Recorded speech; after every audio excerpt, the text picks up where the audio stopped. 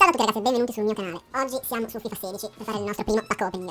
Speriamo di trovare qualcuno. Andiamo subito col primo pacchetto. Primo pacchetto, vediamo chi ci capita. Adriano, vaffanculo, poteva essere Neymar.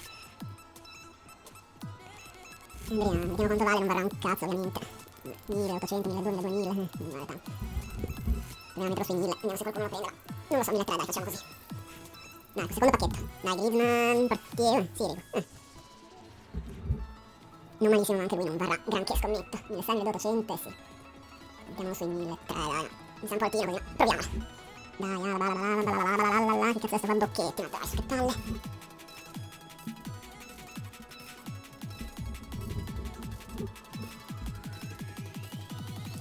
Questi pacchetti qua non si trova mai niente, non trovo mai nulla, anche in FIFA 15.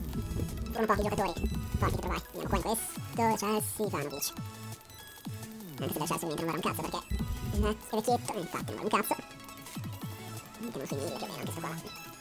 Dai Messi. Dai, no, vaffanculo.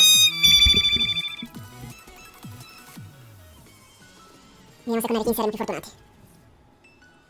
CDC spagnolo dello Zenit, Garcia. Teixeira, ma che cazzo di giocatori sono sti qua? L'unica cosa di vero che si trova in questi pacchetti sono i contratti. Vediamo, chi è sto qua? Ah, Bombacarra. Non ho trovato un Rafinha. Tanocco è anche drogato. Dai, la cassetta, ultimo pacchetto. Appunto, Lopez delle spagnole. Brozovic dell'Inter, Buballa. Bene ragazzi, per questo pack opening è tutto, non è andato come speravo. Ci rifaremo col prossimo, noi ci vediamo presto. Se vi va iscrivetevi o fate quello che cazzo volete. Noi ci vediamo presto, ciao ciao.